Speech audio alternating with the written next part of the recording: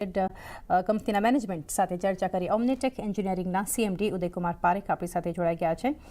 Sir, good afternoon, સ્વાગત છે આપનું. અને સૌથી પહેલાં સર જાણીએ આજનું જે લિસ્ટિંગ છે ઓવરઓલ જે રીતે કંપનીએ અહીંથી એક વિશ્વાસ બતાવ્યો છે, જે ઇન્વેસ્ટર્સ તરફથી જે વિશ્વાસ આવ્યો છે, IPO સાથે આપની સાથે જે જોડાયા છે એમના માટે શું મેસેજ રહેશે?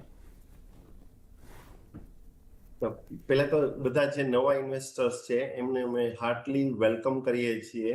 Welcome to Omnitech.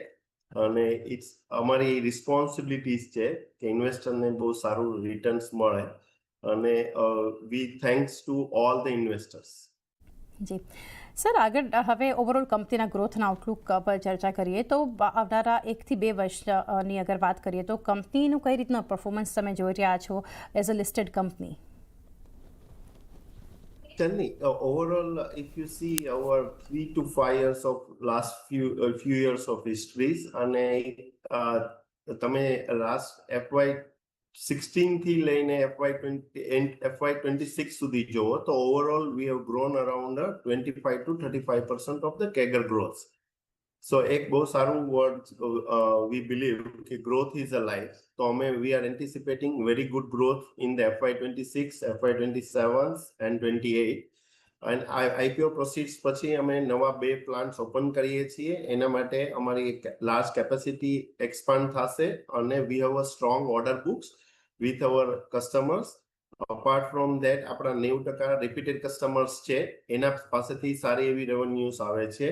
અને all the customers are very multi-billion dollars company na OEMs છે, એટલે માર્જિન્સ તે pretty as well છે, જે અમે 30-35% ના EBITDA ઉપર ઓવરઓલ અમે કામ કરીએ છીએ. જી સર, ઓવરઓલ જોઈએ કંપનીની જે ઓર્ડર બુકમાં ખાસ એક એક્સપેન્શન આપણે રિસન્ટ યર્સમાં જોયું છે, તો કઈ રીતે એક કરંટ ઓર્ડર પાઇપલાઇન કંપનીની સ્ટ્રોંગ છે અને રેવન્યુ વિઝિબિલિટી કઈ રીતે કંપની પ્રોવાઈડ કરશે જાણીએ. So it's a very good question. અમે એટ પ્રેઝન્ટ અમારી પાસે 1700 કરોડ પ્લસ નો ઓર્ડર બુક્સ છે. અપાર્ટ ફ્રોમ ધેટ અમારી 90% થી વધારે રેવન્યુ રિપીટેડ રેવન્યુઝ છે. એટલે અમે જે અપકમિંગ જે યર્સનો જે ગ્રોથ ટ્રેજેક્ટરીઝ છે કે જે હિસ્ટોરિકલી અમે 25 થી 35% ના ગ્રોથ રેટે અમે ગ્રો કરેલા છીએ. અને અમારા પિયર્સમાં તે ઘણા સારા પ્લેયર્સ છે કે they are also growing into the similar growth rate in the similar industries. So અમે લોકોએ તે we are very hopeful to grow with around 25 to 30% of the trajectories with the backbone of order books, again along with the repeated order customers. જી Uday sir, હવે અમુક sector specific વાત કરીએ તો energy સાથે ઓટોમેશન જુઓ, એરોસ્પેસ કે પછી ઇન્ડસ્ટ્રીયલ ઇક્વિપમેન્ટ, આવનારા સમય માટે જે કંપનીનો ગ્રોથ ફેઝ છે એને કોણ ડ્રાઈવ કરશે, કયા સેક્ટર્સ? હિસ્ટોરિકલી અમે એનર્જી સેગમેન્ટ છે, મોશન કંટ્રોલ, ઓટોમેશન્સ, ઇન્ડસ્ટ્રીયલ ઇક્વિપમેન્ટ, એ બધા સેક્ટર્સમાં સારું અમે we are in dominating into that segments. Apart from that અમે ઓલરેડી અમારે ડિફેન્સના અમુક ઓર્ડર આવી ગયેલા છે અને અમારો નવો પ્લાન્ટ જે અમે એપ્રિલ 24 સ્ટાર્ટ કરેલો એના ઉપર એરોસ્પેસનું અપ્રુવલ આવી ગયેલું છે. અને now we are already started working with some of aerospace companies also. So defence already અમારી ઓર્ડર બુક્સમાં આવવા માંડ્યું છે અને that's what we are seeing. As per અમારી સ્ટ્રેટેજી પ્રમાણે the new upcoming segment is going to be a defense and nearby aerospace side of the business. જી export contribution sir હવે જોઈએ તો નિયરલી 3/4 રેવન્યુમાં એક્સપોર્ટ અહીંથી કન્ટ્રીબ્યુટ કરે છે. ગ્લોબલ ડિમાન્ડ કઈ રીતના શેપઅપ થતી જોઈ રહ્યા છે, સ્પેશિયલી US અને યુરોપના માર્કેટ્સની વાત કરીએ તો? ઓવરઓલ અમારું તમે રેવન્યુ સ્પ્લિટ જુઓ તો around 25 to 30% domestic and 70% comes from the 22 different country of the exports. So અમારે ઘણું સારું એવું અલગ અલગ કન્ટ્રીઝમાં ઓલરેડી અમારા કસ્ટમર બેઝ છે અને અમારું સારું એવું નેટવર્ક છે. એના ઉપરથી અમને ગ્લોબલ ડિમાન્ડ બહુ સારી આવે છે. Apart from that make in India પ્રોગ્રામ્સને લીધે ઇન્ડિયામાં તે અમે we are seeing the very good growth which is coming in the domestic market also. So eventually અમારી રેવન્યુ સ્પ્લિટ્સ ઓવરઓલ બહુ બેલેન્સ કન્ડિશનમાં અને સસ્ટેનેબલ વેમાં આગળ જઈ રહી છે. જી આગળ વાત કરીએ સર જીઓપોલિટિકલ રિસ્ક જે અત્યારે જોઈ રહ્યા છે સાથે સ્લોડાઉન કન્સર્ન જે છે એ કઈ રીતે તમે જોઈ રહ્યા છો અહીંથી ઇન્ટરનેશનલ ક્લાયન્ટ્સને ઓર્ડરને અફેક્ટ કરી રહ્યા છે? Overall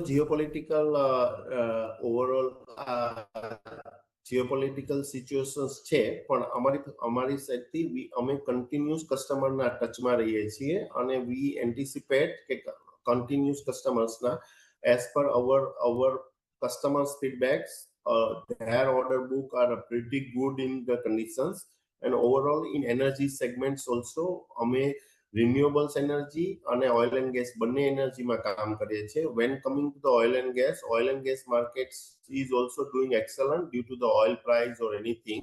Apart from that, અમારો મેજર બિઝનેસ છે operation and maintenance side of the business છે. એટલે જે વસ્તુ ઓલરેડી ઓપરેશન્સમાં છે એના મેન્ટેનન્સ સાઇડ્સનો અમારો ઘણો સારો રિપીટેડ રેવન્યુ બિઝનેસ છે.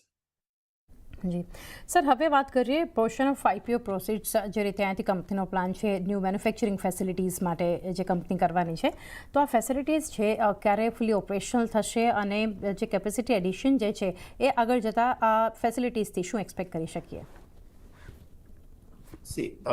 અમારા IPO પ્રોસીડ્સમાં બે ટાઈપના ઓવરઓલ કેપેક્સ છે કે નવી ફેસિલિટી માટે અને અમુક કેપેક્સ છે એ એક્ઝિસ્ટિંગ ફેસિલિટીમાં કરવાનું છે, એનાથી અમારી કેપેસિટી ઇન્ક્રીઝ થાય છે.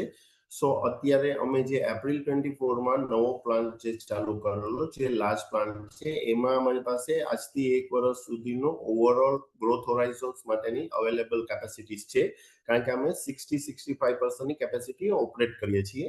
Till the time IPO proceed ઉપરથી અમે જે નવી બે ફેસિલિટી બનાવીએ છીએ, તો ઓવરઓલ અમે 9 થી 12 મહિનાનું એન્ટિસિપેશન છે કે એમાં અમે બે ફેસિલિટી બનાવશું. સો FY28 થી નવા પ્લાન્ટ્સની કેપેસિટી આવી જશે, કારણ કે ઓલરેડી અમારી પાસે ઓર્ડર બુક છે એ 3 to 5 યર્સના હોરાઇઝન માટે ઓલરેડી અવેલેબલ છે.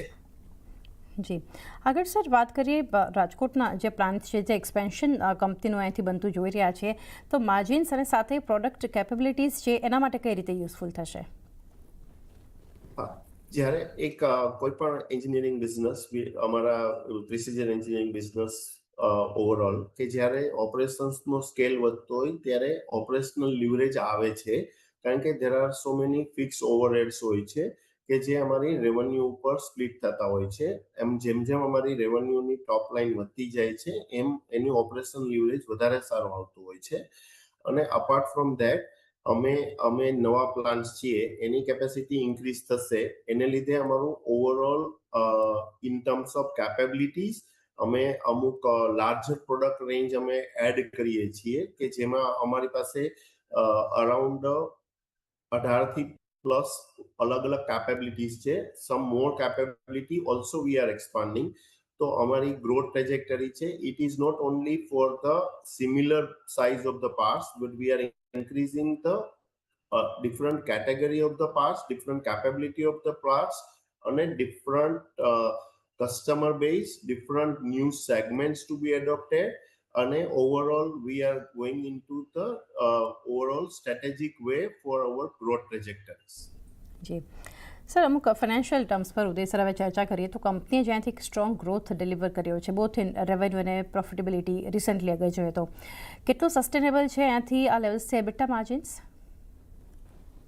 તો ચાંદની ઓવરઓલ તમે જુઓ તો અમે લાસ્ટ FY16માં we were around 16-17 crores, FY22માં we were at around 100 crores, and in first half of this year 228 already થઈ ગયા છે. If you give the average of the month and multiply karo તમે 12 months na, so we are also growing with a pretty good numbers in this years.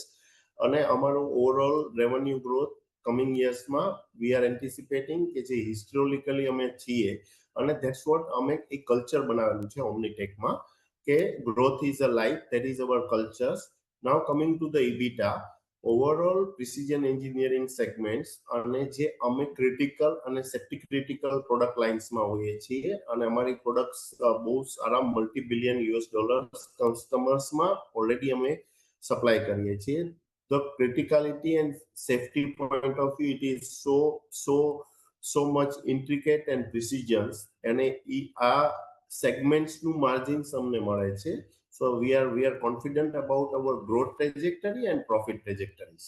G sir, overall margins પર એક ચર્ચા કરી રહ્યા છે તો એ પણ જાણીએ કે કયા લેવલ્સ તમે અહીંયાથી જોઈ રહ્યા છો જે મહત્ત્વના રહેશે ફર્ધર, લાઈક સ્કેલ છે, પ્રોડક્ટ મિક્સ કે પછી ઓટોમેશન જે માર્જિન્સ માટે ખાસ કરીને યુઝફુલ રહે? Yeah, it's a very good question. See, અમારો ઓવરઓલ જ્યારે સ્કેલ આવે છે ત્યારે જે અમારો અમુક ફિક્સ કોસ્ટ છે, જે અમારા ફિક્સ ઓવરહેડ છે, એ ઓવરઓલ સ્કેલથી અમને એ ફિક્સ કોસ્ટમાં ઘણો બેનિફિટ થાય છે, એને લીધે ઓપરેશન લિવરેજ આવે છે. અપાર્ટ ફ્રોમ ધેટ, ઓટોમેશન્સમાં અમારે ઓલરેડી અમારા પ્લાન્ટ્સમાં અત્યારે અમે રોબોટિક ઇન્ટિગ્રેશન્સ ચાલુ કરી દીધેલું છે અને ઓલરેડી ઘણા બધા મશીન્સ છે એમાં રોબોટિક્સની બધું અમે યુઝ કરીએ છીએ. એને લીધે ઓલરેડી 24/7 એ બધી ફેસિલિટી અમને બહુ સારું ROIs આપે છે. સો એને લીધે અમારું પ્રોફિટેબિલિટી ઇમ્પ્રૂવ થાય છે. જી, અને અવજય સર, છેલ્લે હવે જાણીએ કંપનીના આવનારા સમયમાં કોઈ પ્લાન્સ, એક્વિઝિશન્સ કે પછી ટેકનોલોજી પાર્ટનરશિપ કે ગ્લોબલ મેન્યુફેક્ચરિંગ પ્રેઝન્સ એ પણ જાણીએ. હા, એ ઓવરઓલ એક્વિઝિશન્સમાં અમે we are looking to a short, medium or little long term or maybe you can say medium terms. એમાં અમે ડિફેન્સ સાઇડ અને એરોસ્પેસ સાઇડ્સની અમારી ફૂટપ્રિન્ટને મોર અગ્રેસિવ કરવા માટે અમે we are open to do the acquisitions. But એ થોડું ધીમે ધીમે કરશું once we have a very good scales. જી, તો Uday sir, thank you so much ઘણી ડિટેલ્સ અમારી સાથે શેર કરી અને best wishes for coming quarters.